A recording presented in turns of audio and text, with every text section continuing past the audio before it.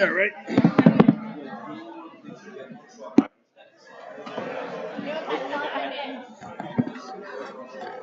All right. Good morning, everybody.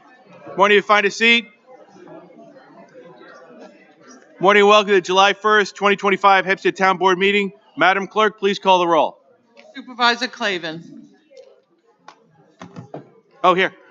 Councilman Dunn. Here. Deputy Supervisor Gooseby. Here. Councilwoman Miller. Here. Councilman Muscarella. Present. Councilwoman Ryder. Present. Councilman Schneider. Here. Councilman Dunn, please lead us in the Pledge of Allegiance. All rise, face the American flag, place your right hand over your heart, and join me. I pledge allegiance to the flag of the United States of America and to the republic for which it stands, one nation, under God, indivisible, with liberty and justice for all. Thank you. We got a number of town board hearings today. If you want to speak, please go to the back, sign in, and fill out the form.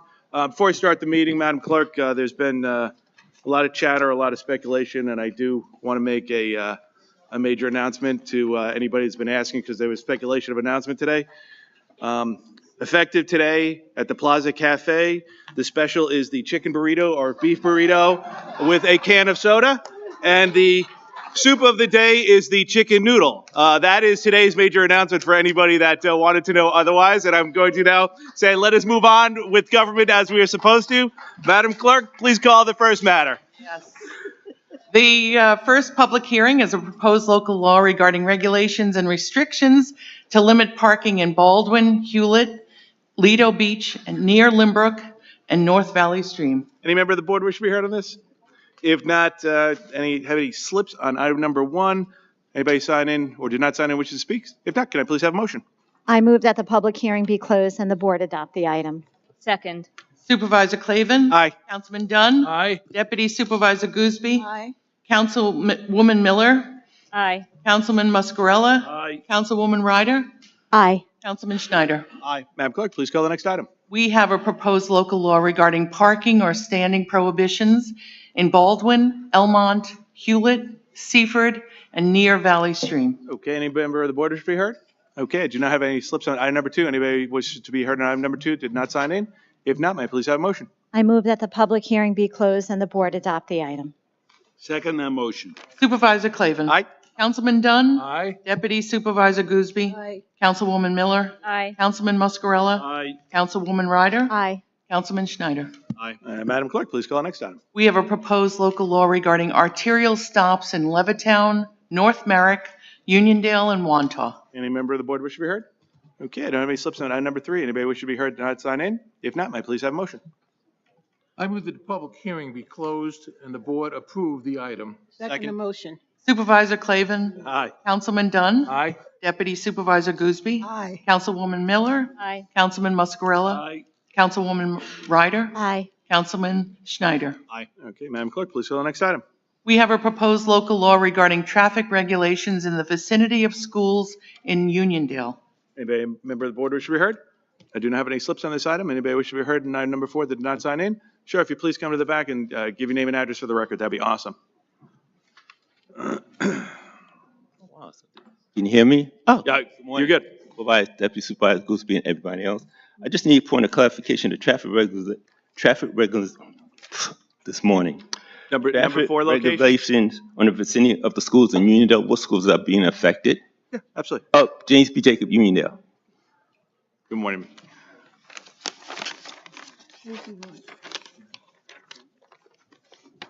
Gentlemen, if you gave your name to identify yourself and see if you can give a response to help them.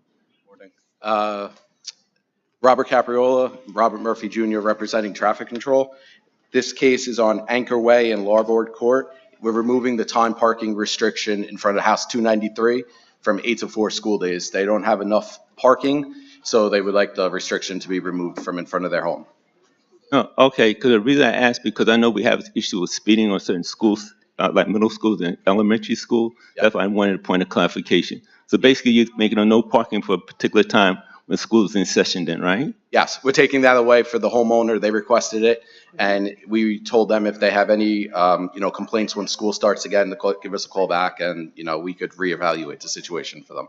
Just point of clarification, do you also enforce speed limits in relation to school zones, or that's not in your department? No, we handle school zone speed limits. Yeah, so in the future, when fall comes for September, we'll appreciate you coming to Uniondale and trying to make sure you enforce that for us, please. Thank you. Absolutely. Thank you, gentlemen. Great job. Board meeting number 2 for the both of you. You're doing tremendous work. Thank you. Anybody else wish to be heard on this item? If not, might I please have a motion? Pretty please. Yeah, that's you. Okay. I move the resolution and hope that all the board members vote in favor of it. I second that motion. Supervisor Clavin. Aye. Councilman Dunn. Aye. Deputy Supervisor Gooseby. Aye. Councilwoman Miller. Aye. Councilman Muscarella. Aye. Councilwoman Ryder. Aye. Councilman Schneider. Aye. Madam Clerk, please call the next item. We have a proposed local law regarding school speed limits in North Merrick and near Valley Stream. Okay, any member of the board wish to be heard? I do not have any slips on item number 5. Anybody wish to be heard? Not sign in? If not, may I please have a motion? I move the public hearing be closed and the board approve the item. Second. Supervisor Clavin. Aye. Councilman Dunn. Aye. Deputy Supervisor Gooseby. Councilwoman Miller. Aye. Councilman Muscarella. Aye. Councilwoman Ryder. Aye. Councilman Schneider. Aye. Okay, Madam Clerk, please call the next item. We have an application of WG Woodmere LLC et al. To rezone a parcel of land located in the southwest corner of Meadow Drive and Broadway in Woodmere, known as the Woodmere Club, from Coastal Conservation District to Woodmere Club to CA Resident District. Okay. Good morning, gentlemen. If you identify yourselves. Good morning. Jack Martins with Harris Beach on behalf of the applicant, supervisor, members of the board.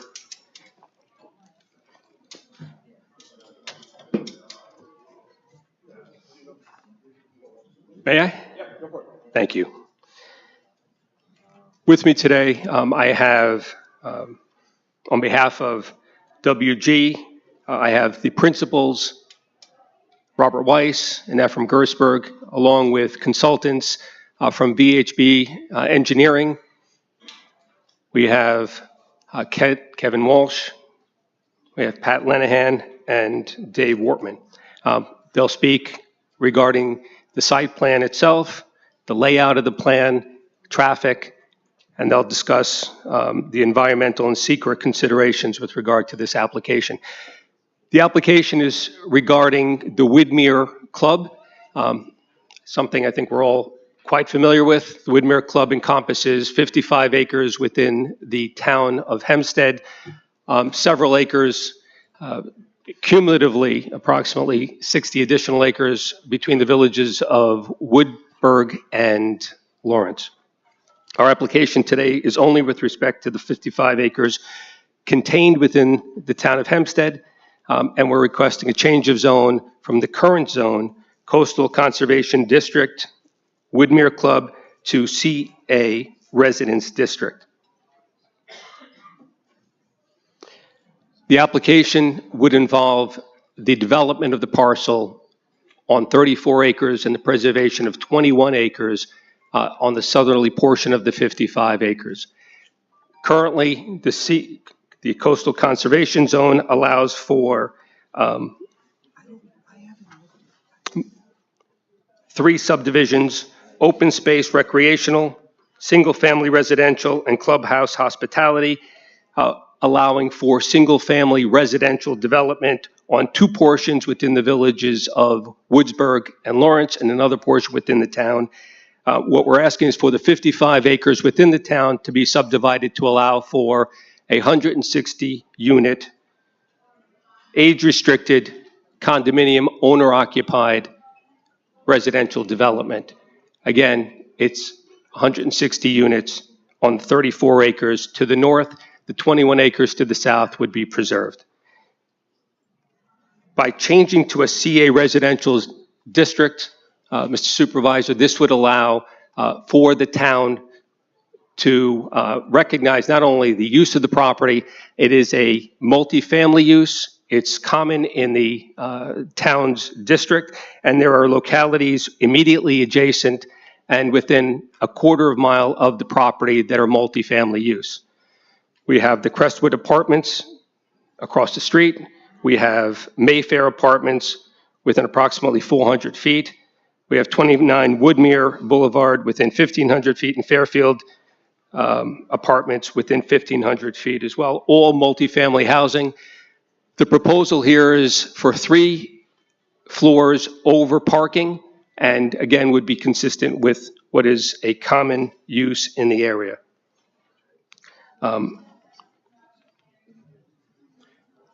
The proposal would allow for setbacks of 150 feet off of Meadow Drive, 150 feet off of Broadway, and 150 feet off of the residential properties to the west. Significant setbacks as compared to what are the minimum requirements in the CA zone. To discuss the layout, it's right here on the screen.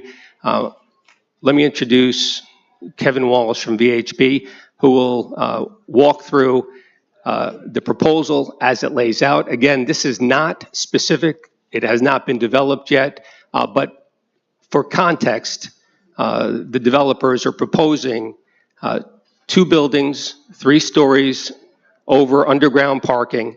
There'll be 428 parking spots below grade for the most part, a couple of parking spots on grade, located within the property outside of the setback areas. The 2 buildings would be connected by a 2-story clubhouse. That 2-story clubhouse would serve as amenity space for the occupants, and again, age-restricted 55 and over occupancy.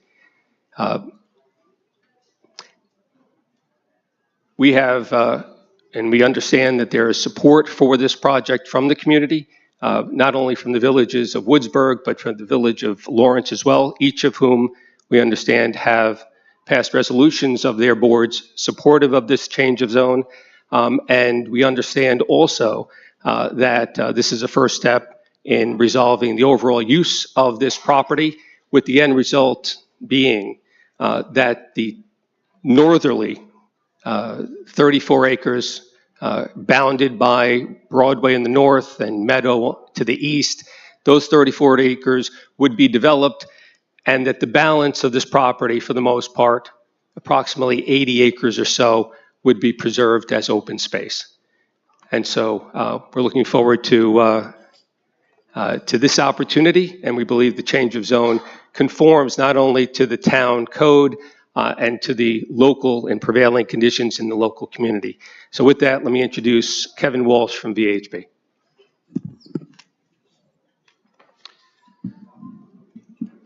Good morning, members of the board. Kevin Walsh, Chief Engineer and Project Manager for VHB 100 Motor Parkway, Hauppauge, New York. As Mr. Martin said, I'll just take us through a little bit more detail and context for the plan. If we could maybe look at the overall plan. There we go. Perfect. So the portion of the Woodmere Property Club property for which the change of zone is proposed, as was stated, is the approximately 55.6 acres of property located within the town of Hempstead. That extends from generally Broadway to the north, Keene Lane to the south, Meadow Drive to the east, and the village of Woodsburg and the residential properties to the west. The development of the property as proposed will encompass the northerly 34 of the 55.6 acres, with the remaining 21.6 acres within the town to be preserved as open space. The deed restricted open space will be maintained for and used by the condominium for passive recreation. Other important aspects of the overall plan that you see here is that the building or the buildings are located outside of the special flood hazard area, i.e. the 100-year floodplain, in the highest elevations of the site up north towards Broadway. The majority of the site area within the flood zones, which is the low-lying area of the site toward the south, will be preserved as open space, which means that the flood mitigation properties of the site will remain unchanged. All of these elements provide, obviously, for a much better use of the property than the current zoning, which would have clustered single-family dwellings within the flood zones and closer to Keene Lane and the lower-lying areas. We can go to the closer-up site plan now.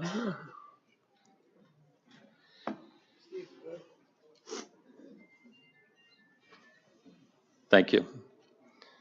So looking specifically at the development site, which is the 34 acres we mentioned, the development plan shows the 2 3-story residential buildings connected by the 2-story clubhouse. The overall height of the buildings, measured in accordance with the building zone ordinance, would be 46 feet. The applicant will be seeking a variance for the height of 3 stories and 46 feet, which I'll get more specific about in a second. The buildings are situated essentially on a pedestal with the parking situated below. Also on top of that pedestal, which is the tan area that you see in the plan here, are the amenity spaces for the residents, including a pool and other recreation areas.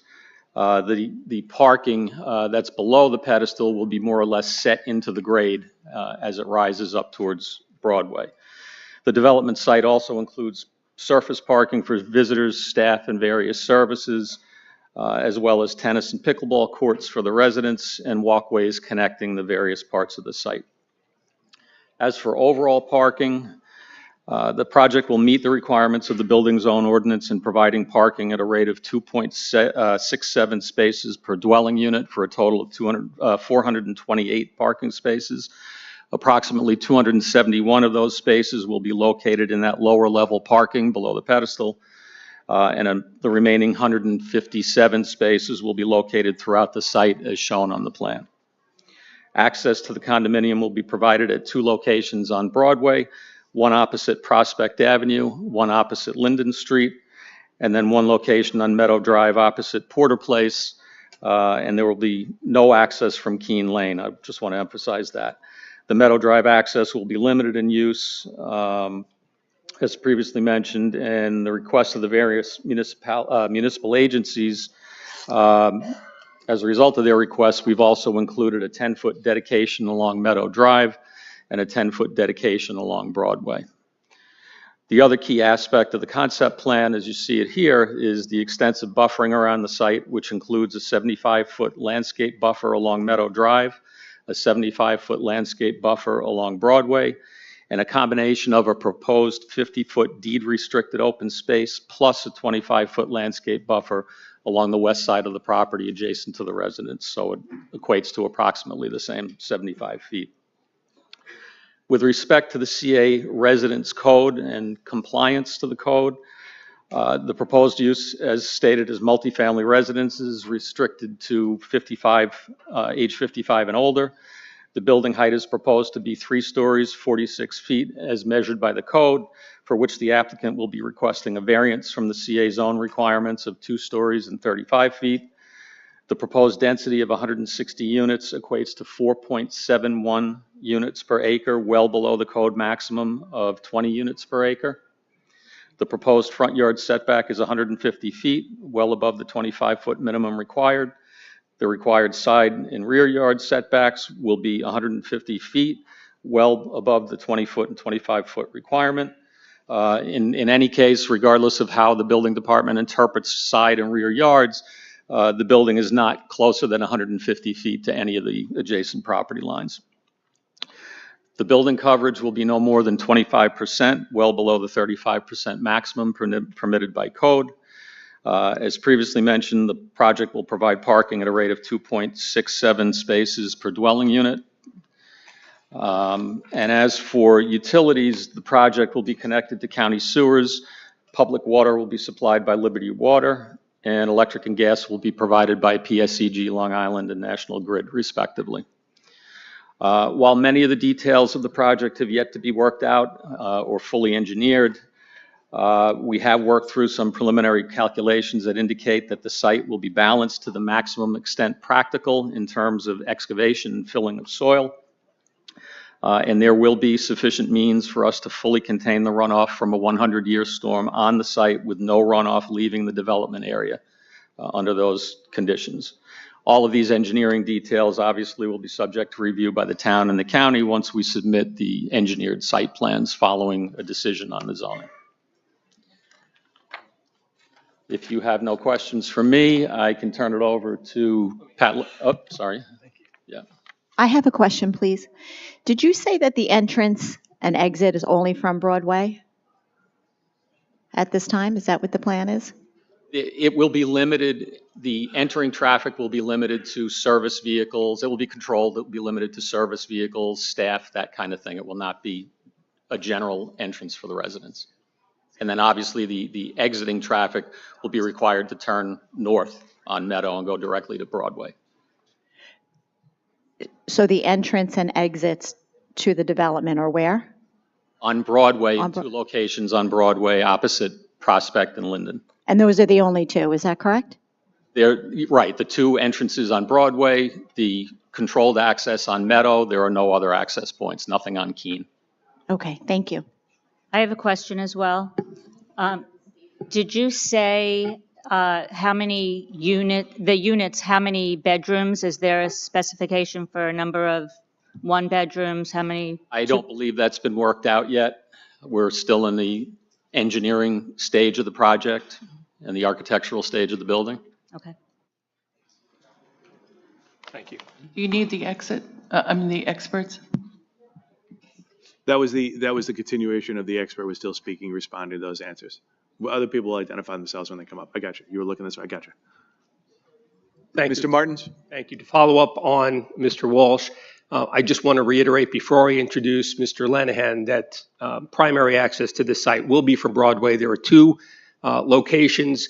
There will be a dedication of a lane to the county for widening of Broadway in this area. That will be for access to the site, and a merge lane back onto Broadway. It will not be a turn lane onto Meadow. It will merge back onto Broadway before Meadow, and the access to the site from Meadow will be controlled. There'll be a stop arm, and it will be limited to service vehicles and the like for access to the site. And so with that, we have Patrick Lenahan, who's joining us also from VHB, who will speak to traffic and perform the traffic study with regard to this application. Wait, I have one more question. Sorry, Jack. Of course. That controlled arm access is only for service people, not for residents? The control arm would be limited to not allow the public to come in or any visitors and the like. But It is residents who reside there would be able to go in and out through there? It is still open as to whether or not, and if that's a requirement that this board feels is appropriate, certainly we can consider that. We want to restrict to the greatest extent possible access from Meadow. We understand that may be a concern. And I want to be clear. There is no right turn from this site onto Meadow. There's only a left turn as you're leaving the site. That was done with purpose so that access off of this site would go towards Broadway. But to the extent that we can accommodate the community and the community wishes that we not have traffic coming into the local community, we're going to do everything we can to do that as well. Thank you. Mr. Lenahan. Thank you, Mr. Martins.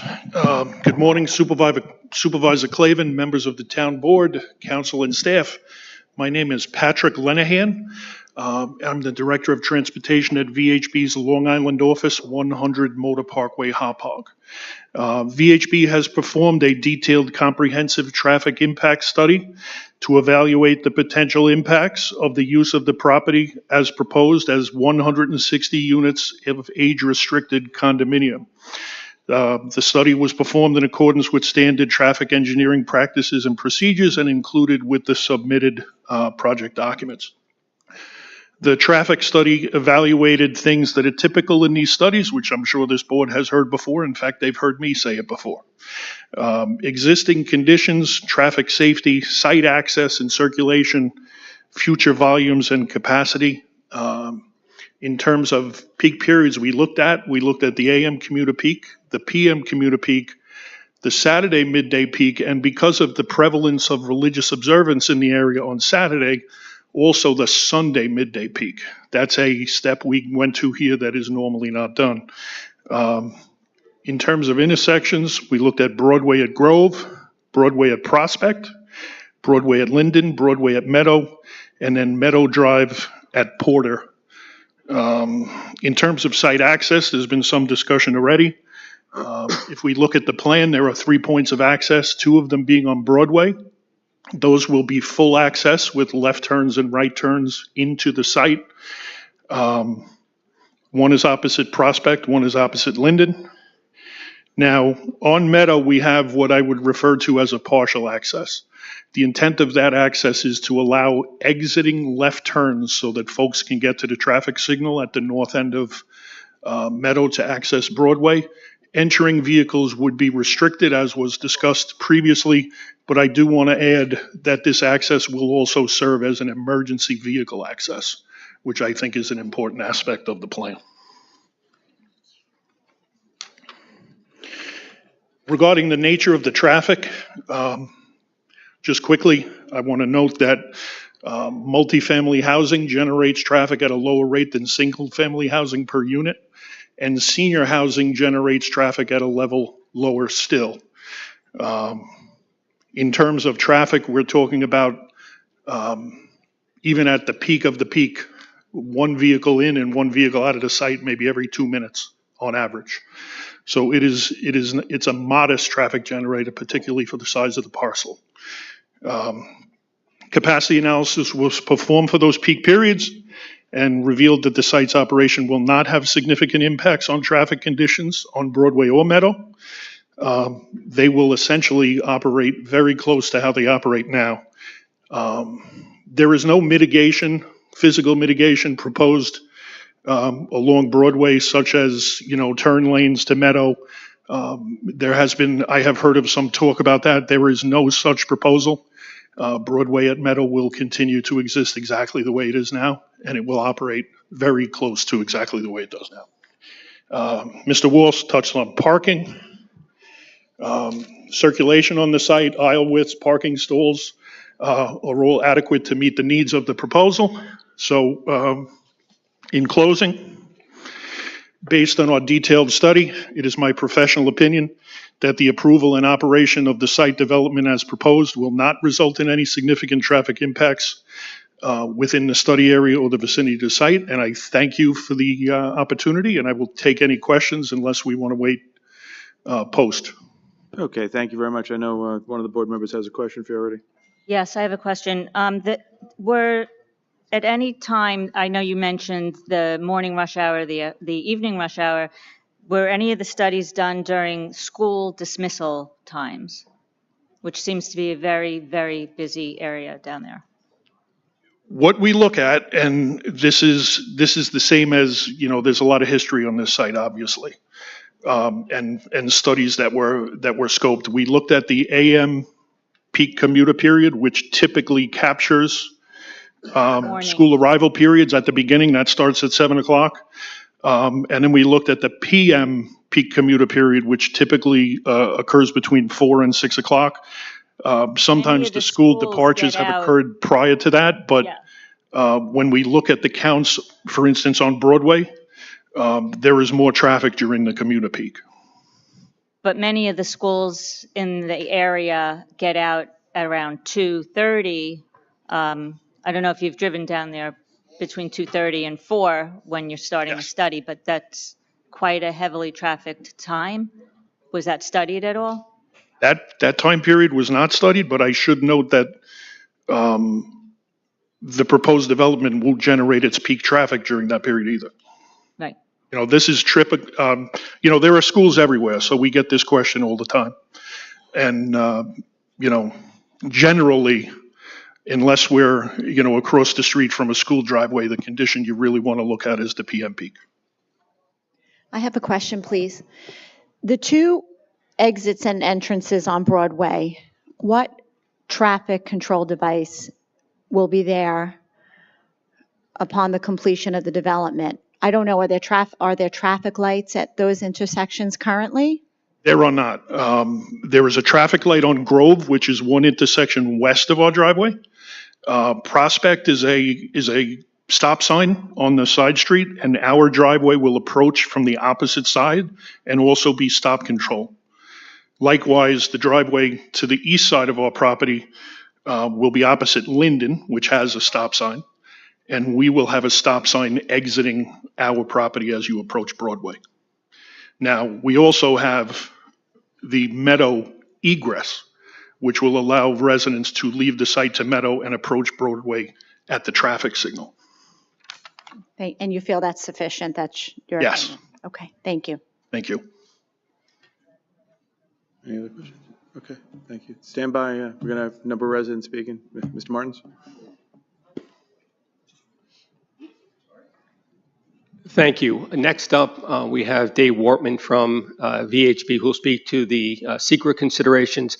I think it's important to reiterate the building envelope that was chosen for the potential construction. Although we're here for a change of zone, we do need to contextualize that, is significantly set back as compared to the requirements of the town code, not only with regard to front yard setbacks, side yard setbacks, and rear setbacks, but also with regard to commitments with regard to vegetation, berming, and so as to respect the local community and allow for preservation. 34 acres is sought to be developed, although 55 acres are before the board for consideration in the change of zone. The remaining 21 acres, as I said, will remain open space. And I will point out, before I pass the mic to Mr. Wortman, that this is the taller or the higher part of this property. And so understanding the sensitivity of this area with regard to wetlands and certain wetlands and waterfront areas, this is the higher point on the property. And so for purposes of the development, we'll preserve for open space those areas that are closest to the water and certainly some of those areas that are more sensitive. With that, let me turn it over to Mr. Wortman.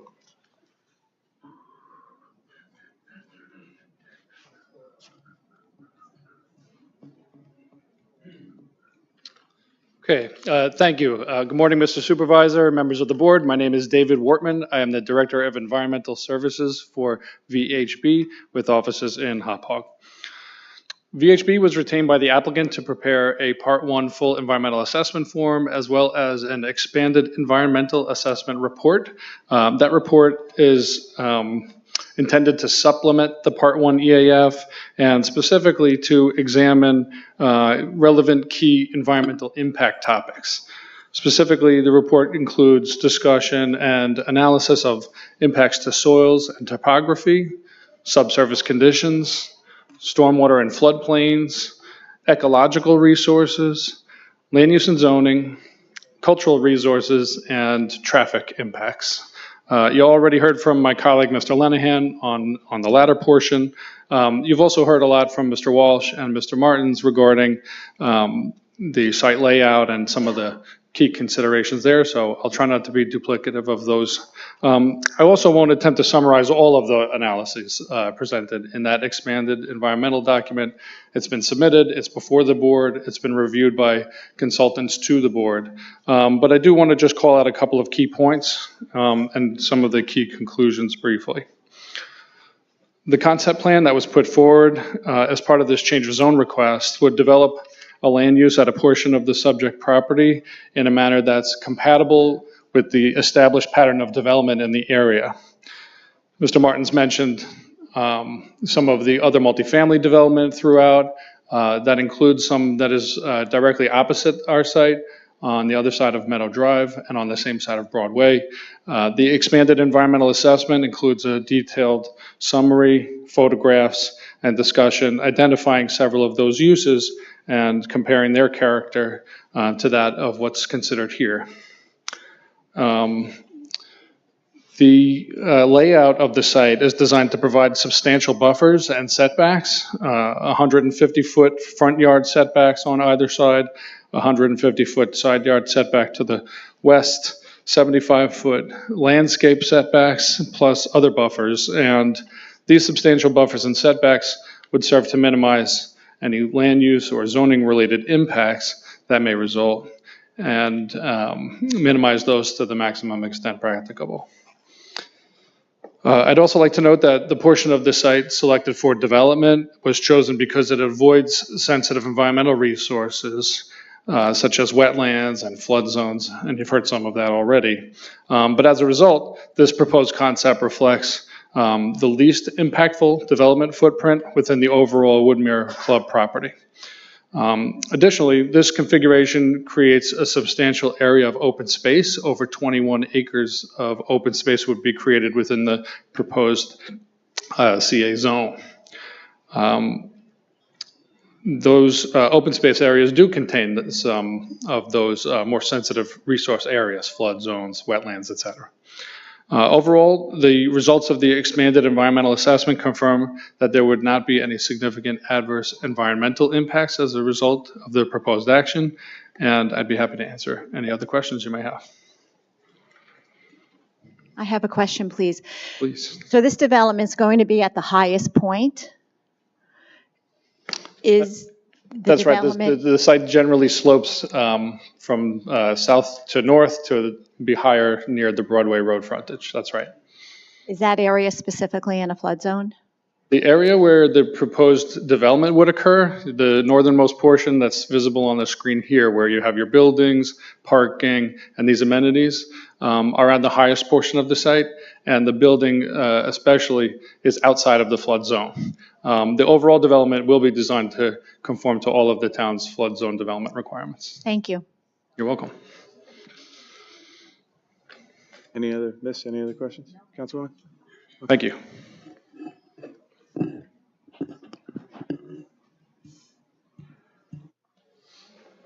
So as was mentioned, this will be condominiums or owner occupied, which will require subdivision approvals. It's a major subdivision, which will require approval and application to the county through the Department of Public Works and the Department of Health.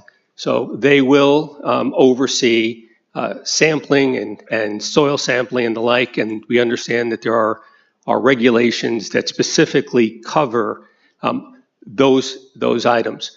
There will be a phase one. There are likely going to be a phase two as well, and we are committed, Mr. Supervisor and Board, to comply with every local, county, state, and federal requirement when it comes to meeting the health requirements with regard to the development of this site as well.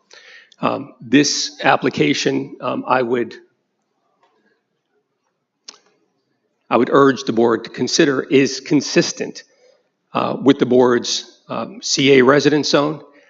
It exceeds those considerations that are in the code with regard to setbacks, with regard to the kinds of impacts that are expected from the CA residence zone, and minimizes them. We are not looking, as the CA residence zone would allow, 20 units per acre, but just about 4 units per acre with regard to the 34 units, not considering the overall 55 units. So well in keeping with those requirements. It is consistent with the prevailing condition in the community, which is multifamily residents, which are located immediately adjacent to the site, but also certainly within a quarter mile of this site. And so there are instances where this has been used, and certainly none that provide the kinds of setbacks that we're discussing here. And certainly we're not talking about the kind of density here that have been employed on those other sites. The opportunity that exists with regard to this particular application to preserve 21 acres of open space to provide for the kinds of setbacks and screening that we're discussing, but also with regard to the overall project, although it's not directly before the board for your consideration, but the consideration that there would be certainly upwards of 55 acres beyond the 21 that we're talking about here that would also be preserved as open space and preserved for the benefit, not only environmentally, because as we're aware, this is waterfront on the south shore of Nassau County, but also allow for that to the benefit of not only the residents immediately adjacent to the community, to this project, but also to the residents of the two villages that are ultimately part of this discussion. So with that, Mr. Supervisor and members of the board, I urge you to approve this application. Certainly, I'll answer whatever questions you may have. And to the extent that you will allow, I would ask for the opportunity once everyone has had an opportunity to comment, just to close out before we close the application. Okay, all right, Mr. Martins, thank you very much. As you know, we have a number of residents who've signed up to speak tonight, and this is how we're going to do it. Every resident's entitled to 3 minutes. If you want to supplement it after your 3 minutes, you can do so in writing. I'm going to start with the first speaker. That will be Jake Harmon on this, and I'm going to then put somebody on deck on the other side. Sam Namias is on deck. So Jake Harmon, if you come up to the mic, and when you come to the mic, ladies and gentlemen, if you please be kind enough to identify yourself, give your name and your address for our court reporters taking down everything, and that is very helpful to her as well.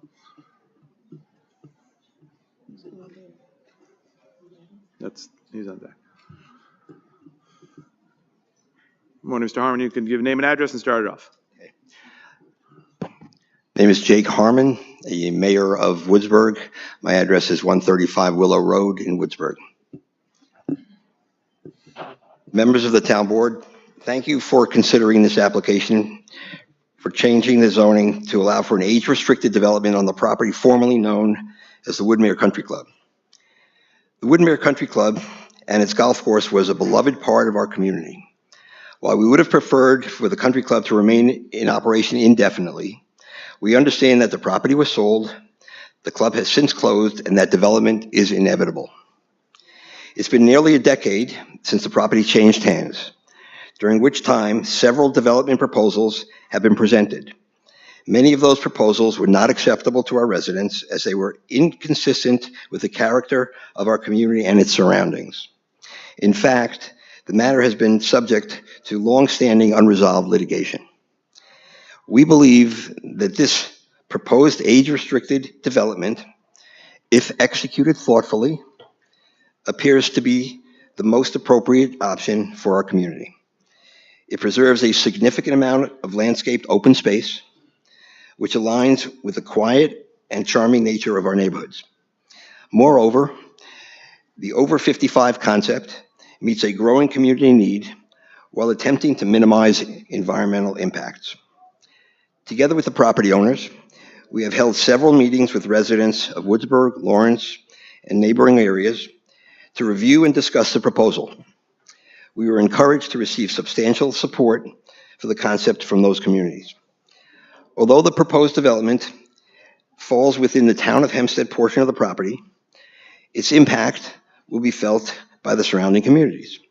Therefore, reaching agreement on related elements of the project, as well as resolving the ongoing litigation, is essential. These steps will help ensure that the final project addresses community concerns and preserves the character of our neighborhoods. Constructive discussions have been taking place among the involved parties to address project details and pursue resolution of the litigation. We respectfully ask that the board, in considering this zoning change, take into account the importance of a satisfactory outcome of these discussions and negotiations.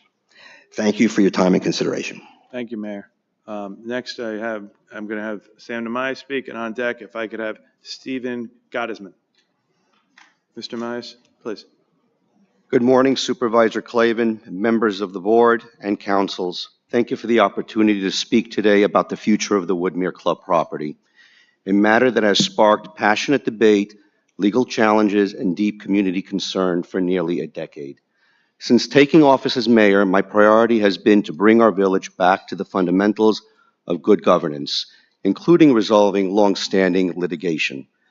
Over the past year, I've attended public meetings in both Lawrence and Woodsburg, and I've listened carefully to the voices on all sides of the issues.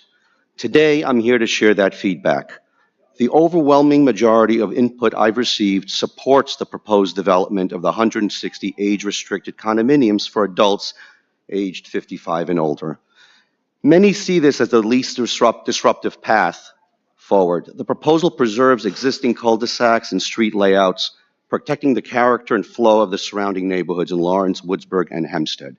In contrast, a large-scale single-family development would require significant infrastructure changes and result in prolonged disruption. Residents have also voiced strong concerns about the strain additional single-family homes would place on local resources. More vehicles, increased traffic, and higher demand on utilities and public services. The condo plan with smaller, often part-time households offer a far lighter footprint and year-round impact. Most importantly, this project supports the natural cycle of a thriving community.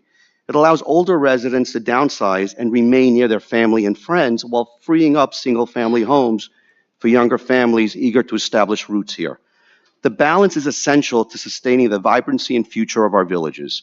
After nearly 10 years of legal and planning disputes, we are at a pivotal moment. While the final decision rests with the appropriate boards, I believe it's important to reflect the thoughtful, forward-looking sentiment I've heard from so many in our community. Thank you. Thank you, Mayor. Appreciate it. You're passing? All right. So next I have Murray Foreman, and on deck is Jerry Castro. So Jerry, if you go over to that, that'd be awesome. Thank you.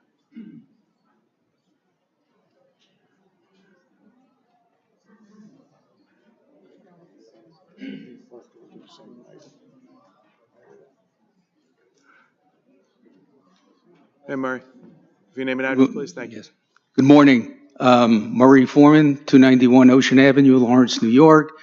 I'm here as a first and foremost resident of Lawrence, also reporting in my capacity as a member of the Nassau County Planning Commission about a meeting that was held on this topic last week, as well as I'm also the president of School District 15 in Lawrence. At our recent Planning Commission, I'm happy to report that the Planning Commission overwhelmingly, unanimously approved the zoning referral that was before us, predicate to today's meeting. Clearly, the Planning Commission, while is enthusiastic about a potential building block and resolution of this longstanding issue, and again, I just want to reiterate something that Mr. Martins alluded to earlier, that the project, which will be considered a major subdivision, will find its way back before the Planning Commission in the future, should it progress beyond today's hearing. The rest of my comments I will make in my individual capacity. I've been an observer and involved in this process for pretty much since inception of the dispute regarding the development of the Woodmere property, and certainly am here today to express my strong support for going for this change of zone as a building block to facilitate the, as people have alluded to it, the least invasive development opportunity, in my opinion, for this project.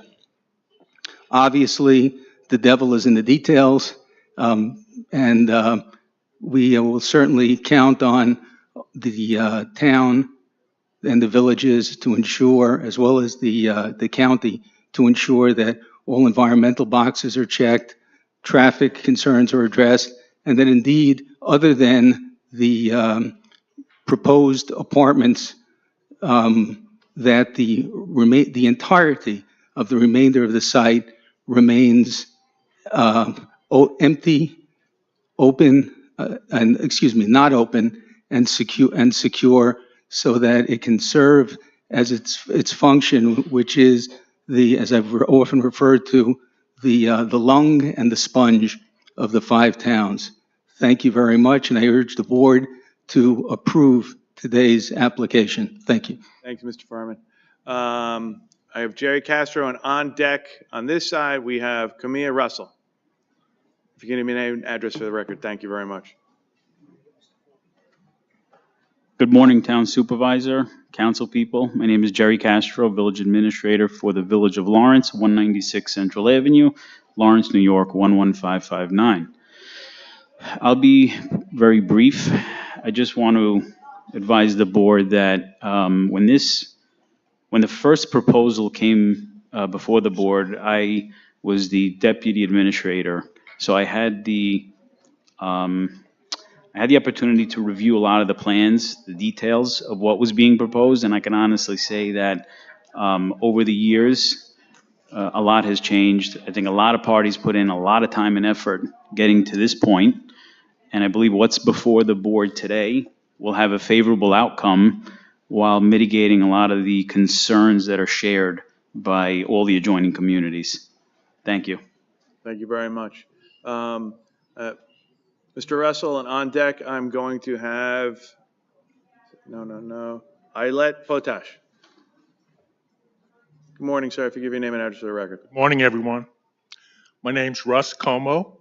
I live in Rockaway, but I'm the president of the South Shore Autobahn in Freeport. I have some exciting news to share today. I think we all know the symbol of our country, the bald eagle. But what you might not know is that a pair of bald eagles had a baby on the open space at the Woodmere Club in March.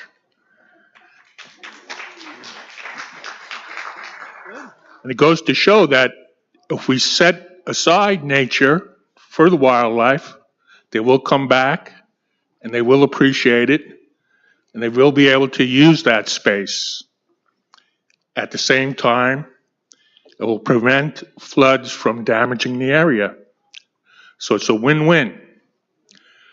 The bald eagle's 3 months old today.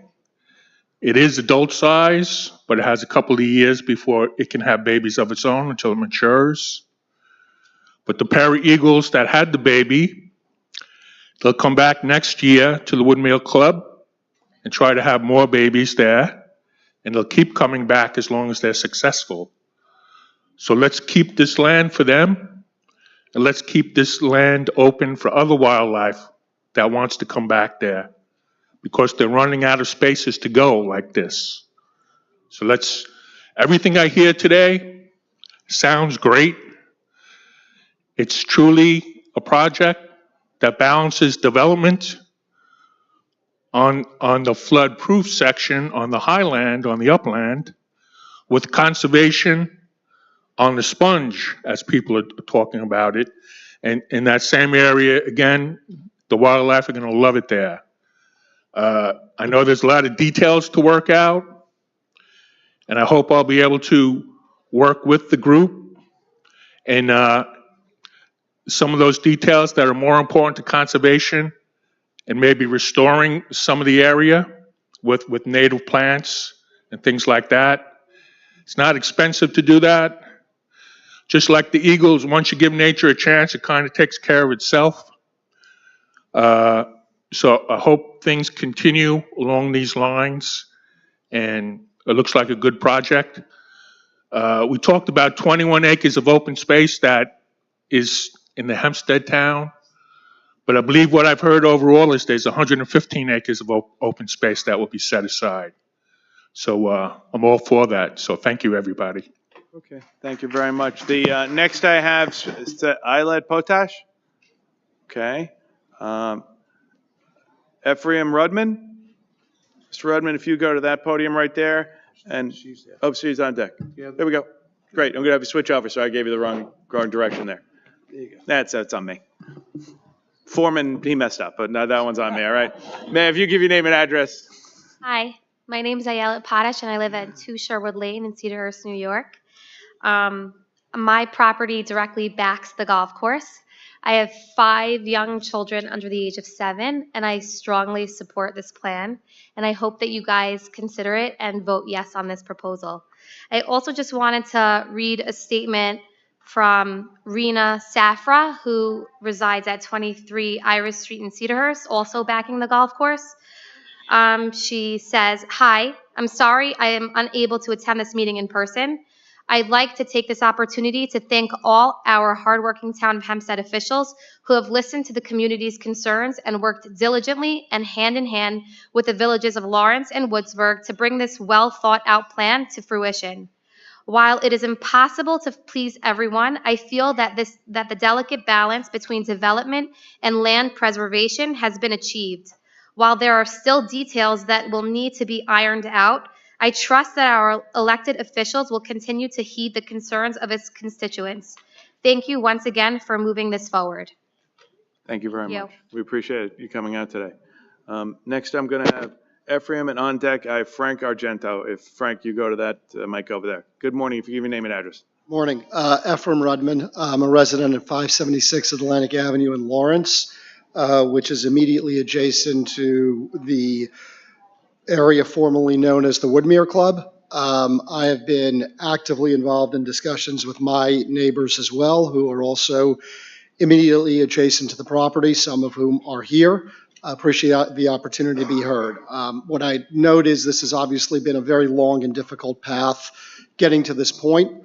I would reiterate some of what others have said up till now, that this is clearly the best resolution in terms of addressing this. And I have to say, in terms of something that has been so contentious, arriving at something that's so balanced is, I want to commend the people who have been so thoughtful around this, our elected officials, the developers working together. And I would say that this is clearly something that I personally support and believe a number of my neighbors support very strongly. Obviously, we've been talking a lot around Hempstead in terms of how the open space, the additional open space in Lawrence and Woodsburg is preserved. But I believe this really addresses the community's needs and appreciate the opportunity to be heard. Thank you Very much. I appreciate it. I'm going to have Frank go next, and then I'm going to have Lynn Almala on deck, if you don't mind, at that mic over there. If you, sir, give your name and address. Chairman of the board, Don Clavin, and members of the board, Frank Argento, 5 Stable Lane of Lawrence, New York, also Chief Operating Officer of the Rockaway Hunt Club. We're here today to show our support in the preliminary plan that's been presented to the board. Also, extremely excited about all the open spaces are going to be abutted our club. That's basically all I have to say, and I thank everyone, especially the villagers, working together. We all want to resolve this in a positive way. Thank you. Thank you very much. I'm going to have Lynn go, and on deck, I'm going to have Howard Oshinsky, please, at that podium. Good morning, ma'am. Name and address. Thank you. Hi, how are you? Good. How you doing? Okay. I wish to make a record. Your name and address, though. I just got to get that from you. Lynn. Lynn. L-Y-N-N. Right. Almeller. How do you spell that? A-L-M-E-L-E-H. And where do you live? 11 Lotus Street, Cedarhurst, New York. Awesome. Thank you. 11516. I wish to make a record of the following. I am firmly opposed to the construction of 160 units on the former Woodmere Golf Course, to include an additional provision for 300 cars. I live on Lotus Street and will be impacted considerably and irreparably by this inappropriate and negligent construction. I believe the town of Hempstead has been bamboozled into entertaining the buyer's proposal without due consideration of the impact it will have. For one thing, I have never seen the environmental impact statement, although I live a block away from the golf course, which has, by the way, never been provided, to the best of my knowledge, to those individuals who live adjacent to the golf course. I have never been provided with a website which might include that impact statement. I have several questions. Who prepared this document, and at whose expense, and on whose behalf? Clearly not the citizens. Did the county provide its own environmental impact statement? Did they have their own engineers looking at the statement in a critical manner? I don't think so. I believe the environmental impact statement, in fact, was prepared by a hired gun, willing to say anything. And the naivete of the town of Hempstead, willing to believe anything, demonstrates that the town of Hempstead is asleep at the switch. This, for the first time, was an opportunity for me to hear about the impact that this new development will develop in terms of traffic. Well, guess what? Saturday and Sunday are certainly not dispositive of the traffic flow during the week. Did anyone come to Broadway during daytime hours, particularly in the afternoon. The traffic is so egregious that you cannot make a left turn from Lotus Street onto Broadway, even at 6:30 in the morning, the time I used to leave my home for work. How can you even get an emergency vehicle down this street? You cannot, unless you decide to drive up on the curb and onto someone's grass. All right, ma'am, you can supplement the rest of your comments in writing. It'll be made part of the record. I promise you that, okay? Okay, how Thank do I do that? Brian Devine, where are you, Brian? So, somebody from the clerk's office is going to take that for you. Thank you very much. All right. So I have Lynn. Okay, folks. I'm going to have, thank you, Lynn. Howard Oshinsky, are you here? Oh, no, folks. Howard Oshinsky? Okay. Next I have Stephen Fuchs. And on deck is Ryan Stoller. Okay, who said pass? Okay. So I have Stevens coming up, and then I'm going to have Erica Goodstein on deck, please. Good morning, sir. If you give your name and address. Hi, my name is Stephen Fuchs, living at 30 Meadow Drive. Thank you for taking the time to hear us. While the development does look beautiful and amazing, unfortunately, I live there, and the road simply cannot accommodate 160 units and a minimum of 300 cars, no matter what they claim their traffic studies say. The people who spoke talked about not changing the demographics because there's another building on Meadow. That's simply not presented accurately. The neighborhood is almost predominantly single-family homes, and this would significantly change the characteristic of the neighborhood. Widening Broadway, as suggested, would cause additional bottlenecking. I urge the board to please consider this. It simply cannot accommodate, and this will detrimentally cause harm to the immediate and wider community. It's not a modest traffic impact. As they said, there were tests being done during holidays and other times. I know that some of you asked about entrances and exits, but the answer wasn't not very clear. One of the individuals did say at first there was only an entrance and exit off Broadway, and then when you pushed them, the answer changed to clearly being an access on an entrance and an exit on Meadow as well. We request that the street not be widened, Meadow or Broadway. I'm not sure how 300 cars would fit, and I ask that you don't consider if it's considered, the entrance on Meadow be removed, or at the very least only be considered for service vehicles. There's no such thing as limited access. People could enter and exit as much as they want. One of the individuals mentioned 2.5 to 3 stories based on the grading of the land. It seems that there may be a portion that's higher than 2 or 3 stories further back. And I ask that you require them to keep the height requirement throughout the building if considered, no matter where it is on the land. The Village of Lawrence spoke about how much effort they put in and how they successfully negotiated what I believe is nothing being built on the village side of and Cedar side of Lawrence. The entire project is being pushed into the town of Hempstead. They set 150 setback off of Meadow, but did not mention the setback off of the Lawrence and Cedarhurst side. I ask that you help and work for everybody and require, if considered, that the development be placed in the center of the land, not to one side and exclude the Lawrence and Cedarhurst side. I think it's important to limit the number of bedrooms as the board mentioned they're allowing. They're claiming it will be a 55 and above development versus family housing. And if that's really the case, and if they really intend that to be, I think the limit to bedrooms should be a maximum of 2. The Village of Cedarhurst and the Village of Lawrence homes backing the club land have spoken in favor of the development and have somehow negotiated compensation for those homes heavily impacted. Thank you, sir. You can supplement everything in writing with an email. We'll make it part of the record, so please do so. I have Erica Goodstein. Ladies and gentlemen, when we applaud, you're going to take away the time of people to speak. So we have Ms. Goodstein, and then Stephen Feldman is going to be on deck. Good morning, ma'am. Give your name and address. Thank you. Hi, I'm Erica Goodstein. I live at 14 Hawthorne Lane in Lawrence, and my property is one of the properties that are directly adjacent to the Woodmere property. I want to, first just voice my strong and full support for the Woodmere plan that's been proposed today.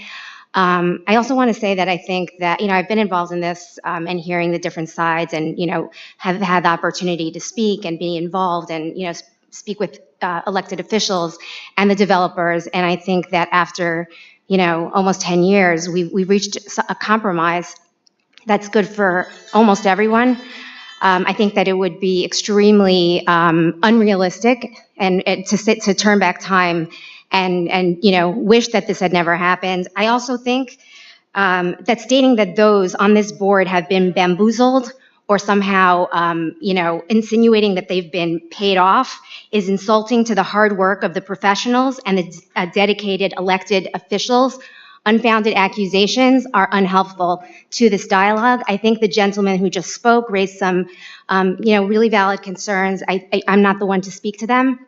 But when it comes to addressing details of when traffic studies were conducted, details about bedrooms and a lot of other things that you raised, I think that those are valid and I think they should be, the details should be addressed by those who have that information, including who conducted the environmental impact studies, perhaps giving people the opportunity to take a look at them. But I think that overall, it's unrealistic to think that this is going to go back to completely being nature. And I think that all in, this is a fair, balanced, and reasonable plan that I support, and I thank you all for considering it. Thank you very much. Good seeing you. Next, I have Stephen Feldman, and on deck on this side, I'm going to have Hannah Birdie. Good morning.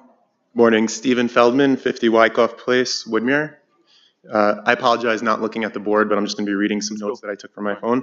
The gentleman that spoke regarding the traffic study understood the religious aspect of the community, which would cause an additional traffic study to be done on Sunday. I would like the board to consider requesting the traffic study to be done additionally on a Friday. As from my perspective, that is one of the more busier days during peak hours, especially in the afternoon, and not on a Sunday. Secondly, the two entrances on Broadway that were stated to, I believe they were stated to allow left turns and right turns into the development. In regards to the left turns, I believe that if there will be left turns going into the development, it would cause a significant delay on Broadway, and that in previous village meetings, I believe possibly at the village of Woodsburg, they discussed potentially providing 10 feet or 15 feet of land to the town of Hempstead to allow a right turn lane. I'm not sure if that's still being discussed, but I think they should also look into that in regards to a left turn lane. So just to be clear, for the two entrances on Broadway, for them to potentially widen the road for left turns and right turns, since they're allowing both of those on a one lane roadway. Lastly, just for the board, just for the town to understand that each person that's speaking, everybody has their own view, their own perspective, and I hope that they all take everything into account, as well as anyone that's speaking, to see where that address is located and if there is a benefit to that address, whether it's the development no longer being built in Cedarhurst or in Lawrence, or that house getting additional 50 feet of land, just for everything to be considered. I personally think that this could be a great opportunity for the local community, as long as it's done right and the devil is in the details. So whether it's enforcing right turn lanes, whether it's enforcing specific turns only on Meadow, or how entrances and exits are being handled, I just really hope that the town can really pay close attention and really enforce everything that is being stated. Thank you. Thanks, Mr. Feldman. Next, I have Hannah Birdie, and on deck, I'm going to have Alexandra Farberblum on deck, please. Good morning, if you name an address. Thank you. Good morning. I'm Hannah Birdie. I live at 125 Lefferts Road in Woodmere. I am an urban planner and a real estate developer and a resident of this community. I want to commend both the developers and the town of Hempstead for listening to the residents and going back to the drawing board, but I'd like to point out a few things that seems to be glossed over here. 55 years and over is not that old. 55-year-olds have school-age children. There will be children, there will be teenagers, there will be recent college graduates living with them. Over 400 parking spots means there will be over 400 cars on our roads. Our neighborhood is woefully underinvested. Our infrastructure is crumbling. It can barely handle the number of homes and residents we already have. Not only do we have our residents using our institutions, we have people from out of town coming in to shop at our stores, at our grocery stores, attend our schools. No studies have actually looked at the impact on the schools. We have a large amount of private schools, not just public schools. And so the traffic on those roads, I appreciate the comments that were made for pickup times for children. A drive that should take me 6 minutes to pick my children up every day takes 3 to 4 times that amount. It impacts people's ability to go about their everyday lives. I agree, the devil is in the details. And I'd like you to remember that better does not mean best. I'd like to see full mitigation studies. I think that the traffic impacts were woefully under-investigated. I think that actually looking at the impacts and benefits to the community is important. How will our community actually benefit? Saying you're filling a need for 55 plus residents makes absolutely no sense. 55-year-olds live in the single-family houses that we already have. You want to create a retirement community? This isn't that. They keep calling it age-restricted in order to use a pretty name to pull wool over your eyes. I appreciate that you've come to the table to discuss these things, but I'd like you to actually consider all of the details of putting 400-plus cars on a road in and out. Broadway is a 2-lane road that already has a substantial amount of single-family houses. And if you ask the people who live there, they can barely get into their own homes. They can barely get out of their driveways. I've tried to get down that road all the time. It is a severe impact on our lives. And I'd like you to not just blindly approve things, but actually think about what the amount of cars on the roads, and just the last thing, that not being on a flood zone does not mean that You can supplement with writing, and I thank you very much. I have Alexander Farberblum, and on deck, I'm going to have Karen Keating, please. Good morning, if you give your name and address. Sure. Hi, my name is Alexandra Farbenblum. I reside at 190 Ivy Hill Road in the village of Woodsburg, and I am directly impacted as I can see the Woodmere Club from my home and drive through the neighborhood on a daily basis, shuffling my young children around. I want to commend the developers and the Village of Woodsburg Board for getting to this point and the town of Hempstead for even considering this application. I'm in full support of this plan as it stands now, as it maintains the character of our wonderful Woodsburg. If you live there, you'll actually know how wonderful it is. While also filling a need in our growing community. Thank you very much. Next, I have Ms. Keating, and on deck, I am going to have Robert Schechter, please. Good morning, if you get your name and address. Good morning, my name is Karen Keating, and I live at 262 Berkshire Place in Lawrence, relatively near the Woodmere Club grounds, and have lived here for 25 years.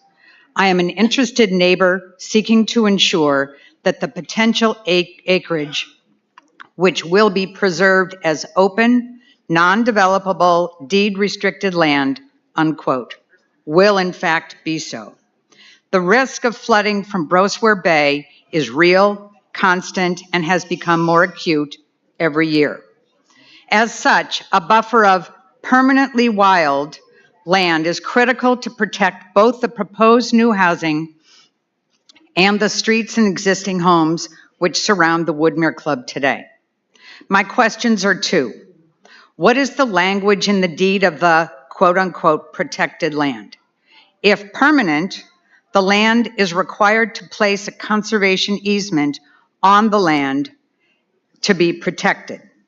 That means it needs to be held by an unrelated party, usually a municipality, a village or town, or a qualified conservation organization. What is that language? I know that a lot of the details have not yet been worked out, but I think this is quite an important one. And second, how is the land intended to be maintained? Will it be mowed? Will it be fenced and left to grow wild? Converted to a maritime grassland with native plants that would increase biodiversity and absorb stormwater runoff and perhaps attract the bald eagles back? Answers to these questions are important to the future effectiveness of our coastal ecosystems. Thank you for your interest and commitment to enhance our community with this project. Thank you very much, Ms. King. Next, I have Robert Schechter, and on deck, I'm going to have Jennifer Wallace, please. Good morning. For your name and address for the record. Good morning. Thank you for allowing me to speak today. My name is Robert Schechter, and I reside at 849 Central Avenue in Woodmere. I am also the chairman of the board of a local synagogue called Irving Place Minyan. Irving Place Minyan is a fast-growing 220-plus member family synagogue with hundreds of children. IPM has been praying at the Woodmere Club for the better part of 5 years. While I'm not here in my official capacity, I will say that I strongly support the change of zoning. Okay, thank you very much. I have Jennifer Wallace, and on deck, I'm going to have Jonathan Gottlieb. Good morning. Name and address. Thank you. Hi there. My name is Jennifer Wallace. I live at 200 Burton Lane in Lawrence and have been there for 23 years.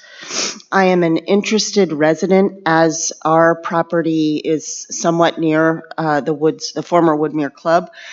I would like to point out that while in a perfect world, nothing would be developed and the space would remain open, this is privately owned, and we do need to accept that there will be some development. With that, I would say that from my perspective, this is an optimal outcome to balance both the commercial rights of the developers and the important needs, as Karen Keating pointed out, of having open space that is preserved and deeded unbuildable. So while I recommend wholeheartedly the support of the zoning change, I recommend it with the caveat that the preserved space must also be deeded as such. And then, as has been mentioned by so many people today, the devil is always in the details, and we have no choice but to expect and put those detailed negotiations on you, and to hope that you will be very thoughtful each step of the way. In addition, I'd just like to say I have 71 letters from residents of Lawrence who also fully support this hybrid solution of a community, age-restricted condominium complex combined with a deeded, never-to-be-developed preserve. Thank you very much. Thank you very much. I have Mr. Gottlieb, and on deck, I'm going to have Anna Aldestein, please. Good morning, sir. Your name and address for the record. My name is Jonathan Gottlieb, and I reside at 19 Copper Beach Lane in Lawrence. My property backs directly onto the golf course. I feel that the age-restricted condos with the preservation of open space is the best plan for the community out of all possible options, and I am strongly in favor of it being approved. Thank you for your consideration. Thank you very much. I know I'm going to have Anna, and I'm on deck. I'm going to ask Andrew Dewey over here, please. Hi. Morning. Name and address. Sorry? Name and address. Morning. Good morning. My name's Anna Edelstein. I live at 310 Ivy Hill Road in Woodsburg, which is further south on the road on the right from the development, and it's directly adjacent to the southern part of the Woodmere Club. For the last year, I've been at basically all of the local meetings that Woodsburg has held addressing the proposed development. I can say that at the first of those meetings, a little over a year ago, there was a swell of opposition in our community, largely from my neighbors on Ivy Hill. And then over the course of this year, the developers have heeded the community's concerns, made concessions, and updated their plans significantly. They've increased their setbacks, they've accounted for traffic concerns, and at the last few meetings, there was unanimous consent among the residents in attendance to support the proposed development. As a lawyer, I can tell you that I think this is an excellent resolution to a lengthy legal dispute between the parties. And as a young resident who plans to live down the block for many years, I think it's more than just a great compromise, but a benefit as a whole to the community. Thank you. Thank you very much. Andrew Dewey. Okay. Next, I'm going to ask Bonnie Polanski. to please come to Bonnie. Okay, I'm going to have you go there, and on deck, I'm going to have Jason Lieber. Good morning, if you name and Hi, address. good morning. Thank you so much. Sorry I didn't prepare anything to speak, but I live at 41 Wood Lane on the corner of Porter Place and Wood Lane. What I think is not being taken into account at all is the impact this is going to have on Porter Place, which is a tiny, narrow, one-lane road that as of now, people already use as a through street to avoid the traffic on Broadway. Somebody was hit by a car on that street some years back. And I think if there's an entrance on Meadow, what's going to happen due to the immense amount of traffic on Broadway, which I find it really unbelievable. The traffic study was done during popular school days. And when I personally have been driving my daughters from my home to Shalamith High School, which is in Woodmere, which should be a 2 to 3 minute drive. My daughter had to be in school at 8:20. I had to leave my house by 7:50 in order to make sure that she was in school on time. This is not reasonable now to add 400 cars to an already very, very busy block. And even if they manage to widen Broadway on 2 blocks, so we're going to have merging cars going from a 1-lane to a 2-lane and back to a 1-lane road. In addition to the dangers on Meadow that has no sidewalks, Wood Lane has no sidewalks. I personally have fought with the school district when my daughter almost got hit by a car when she got off the bus on Broadway because the buses say that they could not go down and drop off any closer to my home, that was where the bus stop was. So children have to walk down Wood Lane and Meadow with no sidewalks. Now we're going to add immense amount of cars and trucks that will be now as a service entrance. Presumably trucks will be going down that road on a regular basis. So where is the safety for our children? And the now 400 cars that will be added to that area.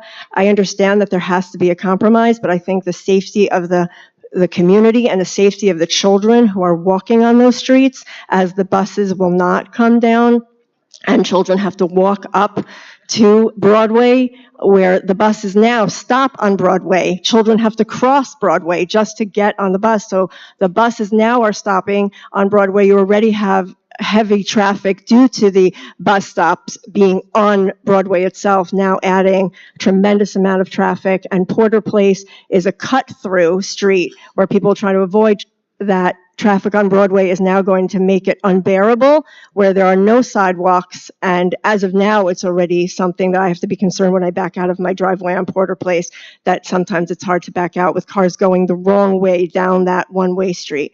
So I would appreciate if another study can be conducted through the town of Hempstead. Thank you very much. Thank you, Ms. Polanski. Next, I have Jason Lieber, and on deck, I have Paris Popak. Yes, hi, Jason Lieber, 28-hour back lane in Lawrence. I back the Woodmere Golf Course. I also have I'm a business owner at 1067 Broadway in Woodmere.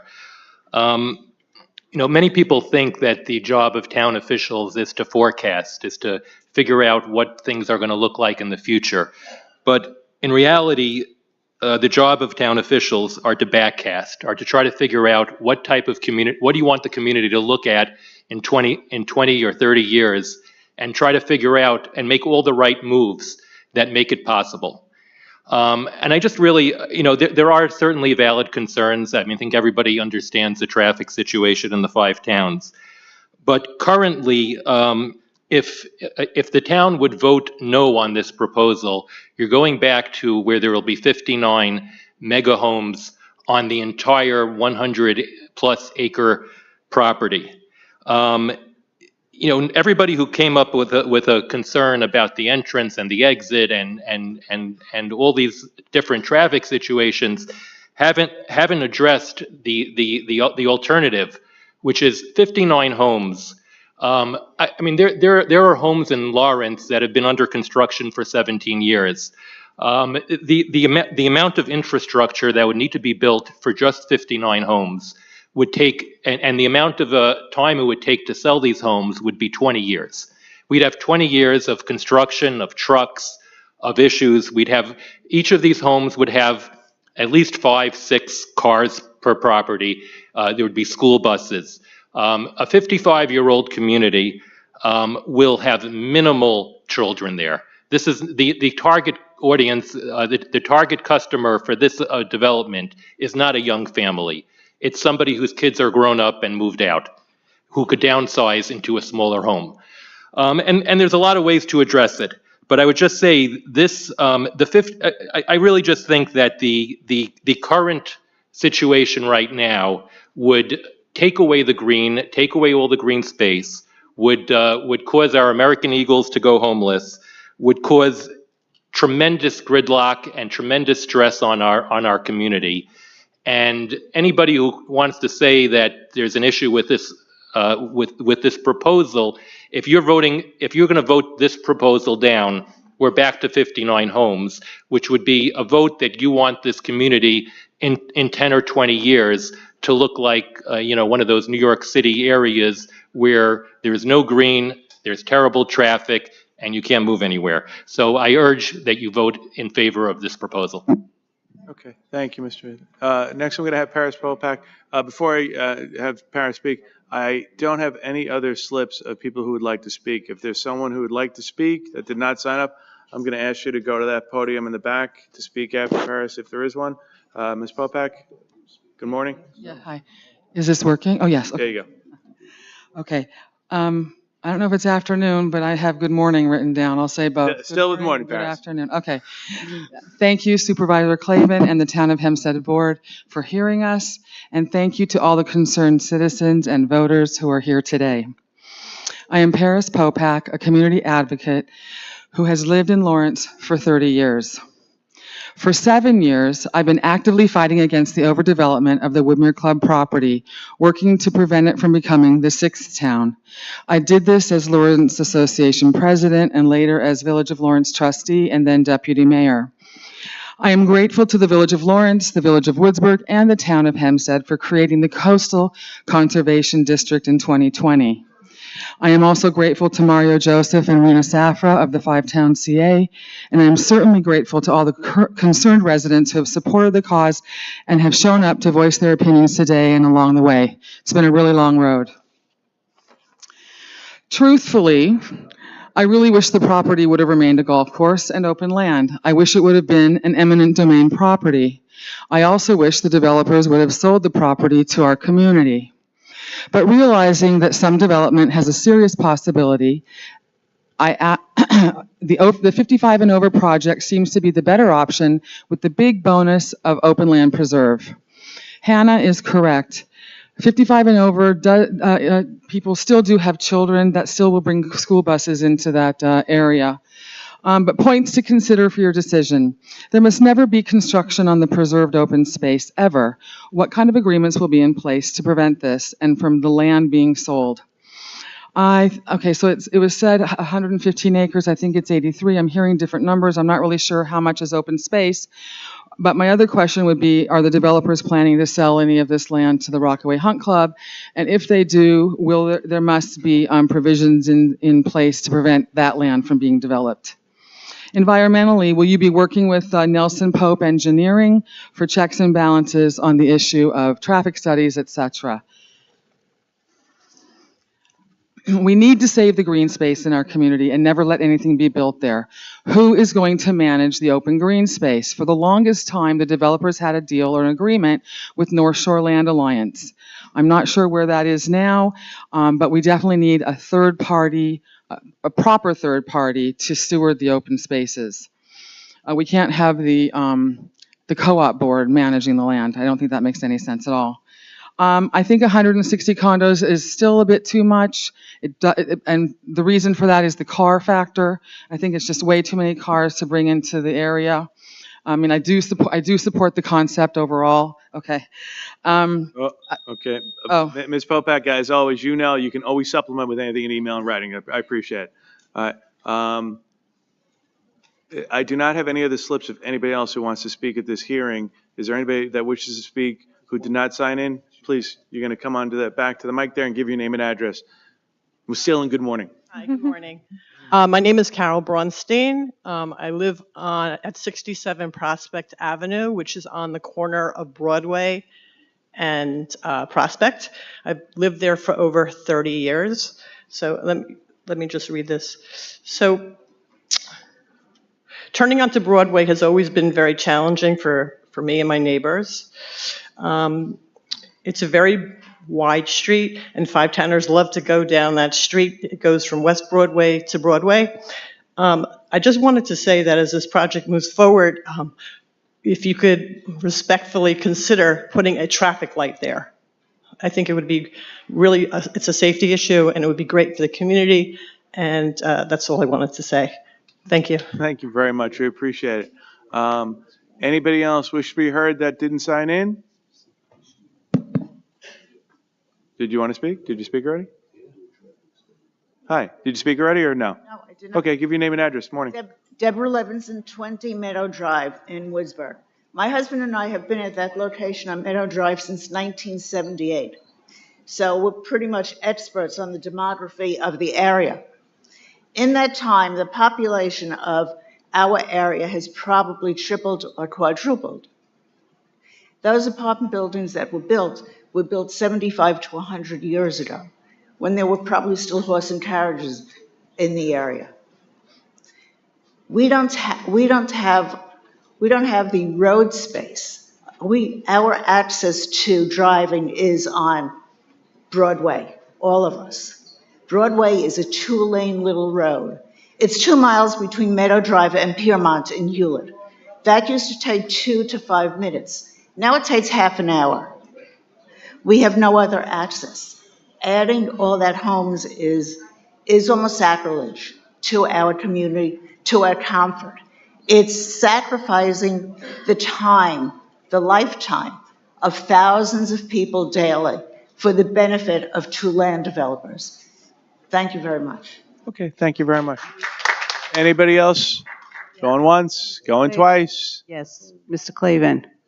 Yep. May I speak? Yeah, I have name and address, thanks. My name is Pamela Rossman.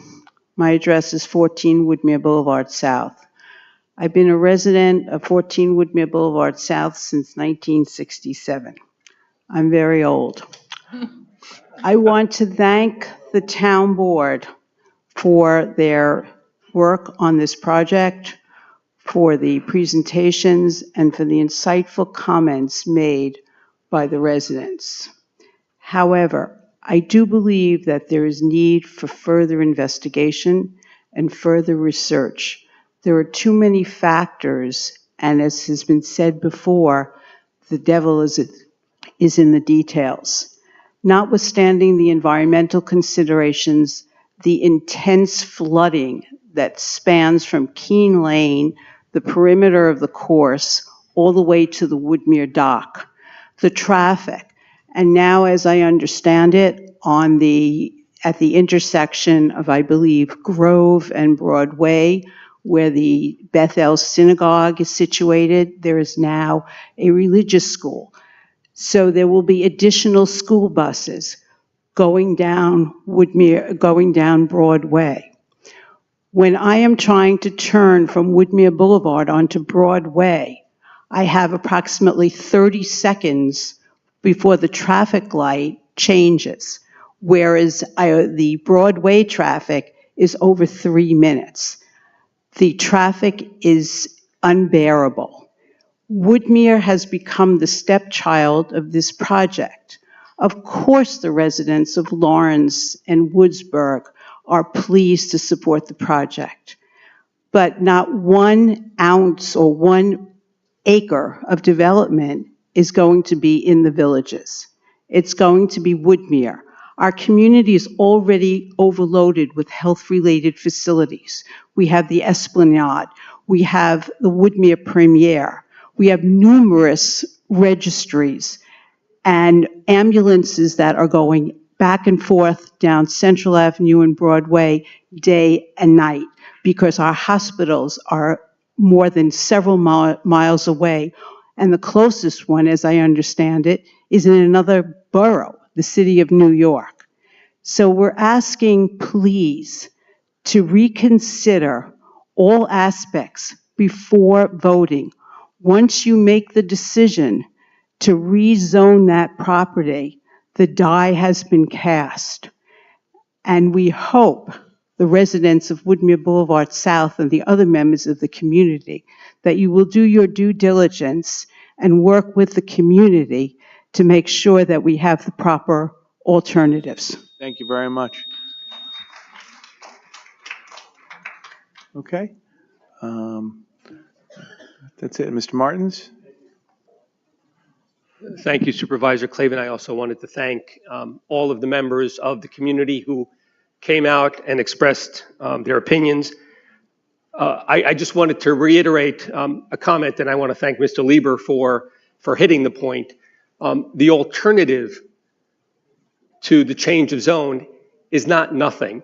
The alternative to the change of zone is the current zone, which allows 59 large homes to be placed on this property, irrespective of elevation and exiting per the code, not onto Broadway, but onto Meadow. And so the alternative that we're talking about and what's being proposed here today conceptually, because we are discussing a change of zone, is an opportunity to minimize the impacts. And I want to thank the board, Supervisor, I want to thank you and your staff, and I want to thank the villages, and frankly, the developers as well, who came together. And as has been stated over and over and over again from residents here today, who met with the communities, who sat with the communities, who listened to the residents, who changed their proposal, and who thoughtfully minimized the impacts in a way that I think we heard today was thoughtful. Now, we're never gonna make everyone happy, and yes, the details are important. But I would urge the board to consider this as the proper compromise and proper resolution and proper care for what's best for the community when it comes to traffic, parking, and impact. And to answer the question about open space, Mr. Supervisor and board, it will be deed restricted. It will not be under the control of the developers. It will be decided by the town and frankly the villages as to how that will be handled, and the developer is prepared to do exactly that. It will not be in their control. And whether it is wild and whether it is maintained and mowed, that is entirely up to the consideration of the town and the villages, and we're prepared to do whatever you feel is best. And so with that, again, I want to thank this board for your consideration and urge you, given the traffic study, which was performed on weekends and on weekdays, given the environmental impact statement and given the testimony that we've heard from the professionals who testified here today, to give favorable consideration to this change of zone. Thank you. Okay. Mr. Supervisor, may I make a comment? Yeah, absolutely. I would like to commend all of the residents who came out today to make their comments, whether you're for or against the project or relevant. What I would like to point out, and thank you all for being respectful of your neighbors' opinions when differing. We've had public hearings where it was quite contentious because people feel very passionately one way or the other. But everyone here today presented their opinions being respectful of their neighbors, and I'd like to point that out and thank you. All right, with that, if I have a motion. I move the public hearing be closed and that the board reserve decision at this time. Okay, can I get a second on that? Second. Supervisor Clavin. Aye. Councilman Dunn. Aye. Deputy Supervisor Gooseby. Aye. Councilwoman Miller. Aye. Councilman Muscarella. Aye. Councilwoman Ryder. Aye. Councilman Schneider. Aye. Okay, just so the residents know, the decision's been reserved. That means there has been no formal decision made. You can supplement anything in writing. As we said, you can email to the town. It will be considered, it'll be reviewed, it'll be read before any vote's taken. And to basically say what the councilman did, I want to thank all of you for coming out today and enjoy your 4th of July. Next, I'm going to call the next item on the calendar. Yes, we have the application of 1587 Elmont Realty Corporation for a special exception pursuant to Section 196N of the Building Zone Ordinance to permit a public garage for an automated car wash facility, automotive detailing center, and accessory retail. area in Elmont. Okay. Counselor, if you want to start it up. Thank you, Mr. Supervisor, members of the board. William Benesso for Shelley Deegan Tarana, 333 Earl Ovington Boulevard, Uniondale, New York, here on behalf of the applicant, 1587 Elmont Realty Corp. That corporation is the owner of the premises at 1587 Hempstead Turnpike in Elmont. Seated to my right are Mr. Danny and Emery Ochak. They are the principals of that, and they will be operating the facility should the board grant the relief being requested today. The property in question is situated at the southwest corner of Hempstead Turnpike and Belmont Boulevard in Elmont. It is 11,220,000 square feet in size. It is situated in the Business X district, but it is subject to the gasoline service station overlay district, which is presently on the property and permitted the previous use of the property, which was a gasoline service station and automotive repair shop. The property as presently developed has a building that was associated with that use with overhead doors. That building was approximately 3,000 square feet in size. Yeah, a little over 3,000 square feet in size. Property is fully paved, and it presently maintains 4 curb cuts, 2 for ingress and egress on Hempstead Turnpike, 2 for ingress and egress on Belmont Boulevard. The applicants are proposing to replace the existing building and a shed in the back, remove the shed, remove the existing building, and instead build a new, smaller building, 2,800 square feet and change, on the property for an automated express car wash facility. The building will be similarly shaped as the existing one, but it will actually be pushed closer to Hempstead Turnpike in order to provide the circulation to the rear of the building for entry into the car wash tunnel. That said, the building will still meet all required setback requirements for the Business X district. The building will have, the main portion of the building will be an automated car wash tunnel that the vehicles will enter and run through. There, the washing and drying of the vehicle will occur. To the right or the east of that building is about a 300 square foot, actually 366 square foot building, which is for storage and mechanical equipment. To the left or west of the tunnel is a 521 square foot area, which will be for a unisex handicapped capable bathroom, as well as for a small retail area for air fresheners and other accessories that are typically found in an automotive car wash facility. There'll be a counter with an attendant there. And then to the west of that is another 640 square foot area, which will be a detailing center that can accommodate 2 vehicles. This facility will be, I called it an express car wash facility because it is really quite that. Vehicles come in, they get in the queue, they are, the payment is addressed at a kiosk on the queue line where credit card payments are taken. This is not a cash facility. Many of the customers will be members of a car wash club where they basically have a sticker or a tag on their windshield, and it reads that. They go through. They never exit their car.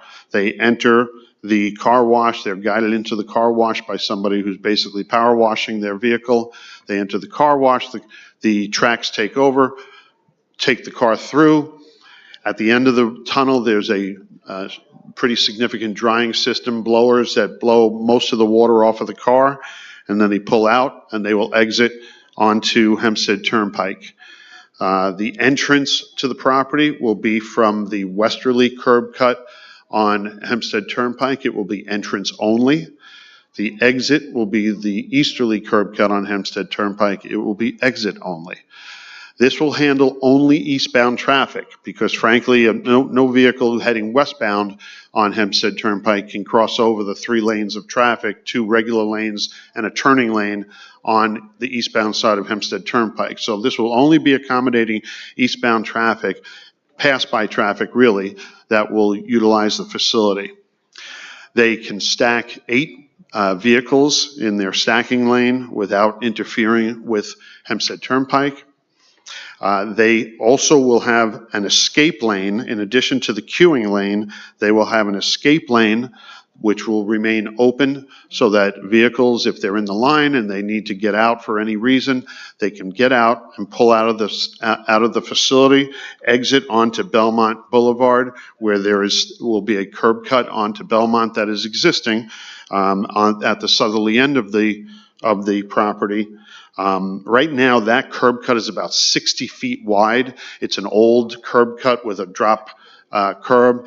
That is actually going to be closed up to make it safer, and it'll only be a 24-foot wide curb cut.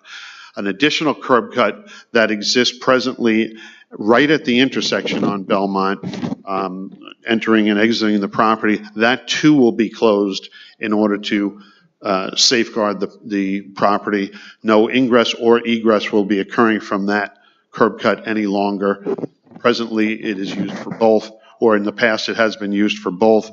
Vehicles turning from the westbound lanes onto Belmont could make a quick turn into the gas station.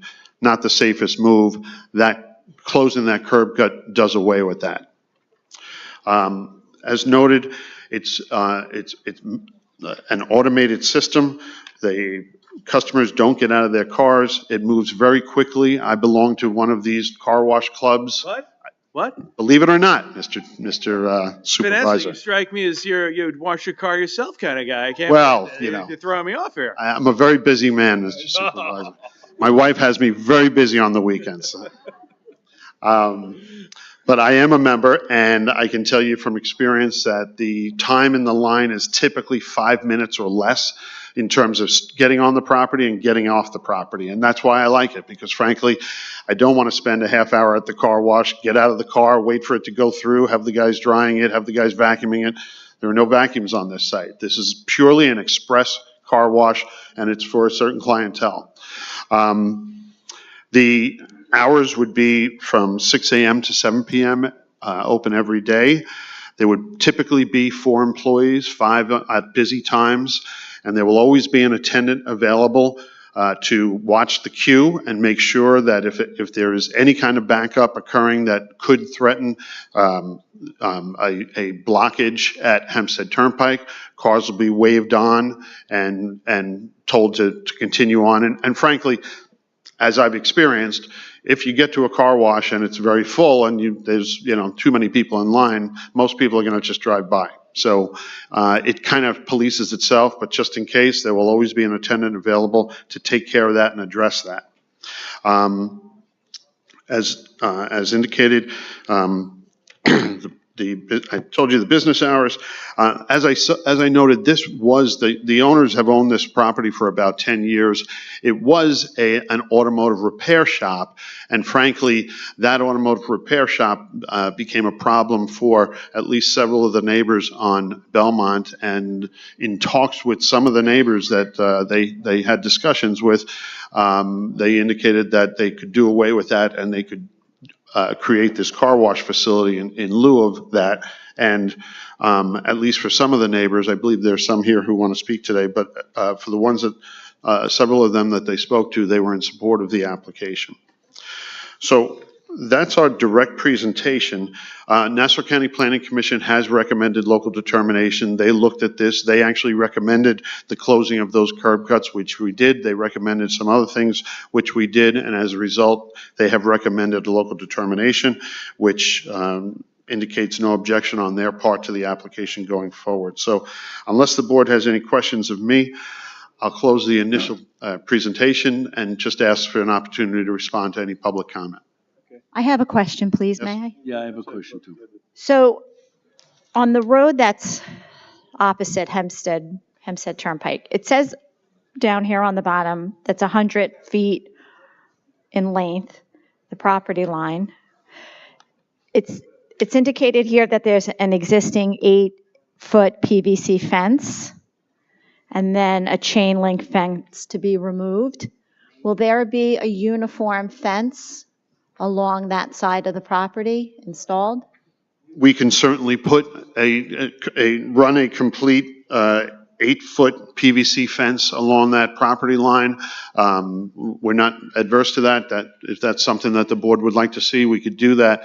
The one thing I left out is we are also capable, now that we have closed the curb cut on Belmont and also reduced the size of the curb cut in the rear of the property on Belmont, that gives us some room for some landscaping on the corner, which the room did not exist before because that was an active curb cut, and we can do some landscaping along the side of the property on Belmont. I think the landscaping would be a nice touch. I think so too. Tommy? I have a question or two. Yes, sir. The owners that own the property, will they also have the ownership in the car wash? Yes, yes, they will. They will operate it. That's good. And this is a total demo, knockdown, new construction, correct? It is. It will represent a complete redevelopment of the site, which also means, as the board is well aware, that in doing so, the town will require new grading, new drainage. It will be an upgrade in that regard. And by the way, the state-of-the-art automotive car wash facilities, they recapture and recycle all water used. You know, the water that they use goes right into filters. They get filtered, they come back out, and they're used the same. So they're very efficient and very environmentally friendly. Is there any remediation of any kind of pollution as per the operation of the automobiles service center? Certainly they do not have any results that indicate that there is any kind of leak or problem with the property, but as they excavate, they will be required by both the town and the county to take a look at whatever remains underground. If there's any contamination, that'll have to be mitigated and removed. Any unclean soil would have to be removed, and it has to be sealed to the satisfaction of the county and the town. So do the new car wash owners own any other car washes? No, they don't. Okay. Is there any comparable car wash that they presently attach? Is there some kind of a franchise or anything like that that they know that's local, that's similar? I'm sure everybody's been to car washes. I can tell Anything you that. we can I don't know. Visualize where we're at? Yeah, it just so happens they mentioned to me Washville. That's the car wash I use near my home. Washville is a chain of car washes, and it operates the same way that I just described. Basically, most of their customers are monthly customers. They pay a fee for a certain level of wash, and they pull in as many times as they want each week, month, go through for the one price per month. They will also be able to handle the public that are non-members, but they come in, they pay at the kiosk, credit card only, and they go through and take care of it. Now, detailing is a separate matter. That's by appointment only. You can't just drive on and ask to get your car detailed that moment. You got to make an appointment for that. Self-vacuum cleaning. Okay. No, there is no vacuum cleaning, no vacuums associated with this. So, as a prior person who lived in Elma, I'm very sensitive to the area. I know it very well about, the traffic flow and this and that. The only question I have is I see you want to open till 7 p.m. And I know the UBS Arena has some issues right now on traffic flow. Just so you're flexible on whether or not you close at 6 or 7, because They would be flexible on that. Very good. That's it. Thank you. Okay. You know what, Mr. Vanessa, I'm going to say, let's take a 10-minute break. The stenographer really desperately is working tirelessly, does a tremendous job. She needs to be able to break. Will 10 minutes work for you? Perfect. No, we like 10 minutes more. 10 minutes. 10. All right, so we're going to take a break for 10 minutes. Thank you all.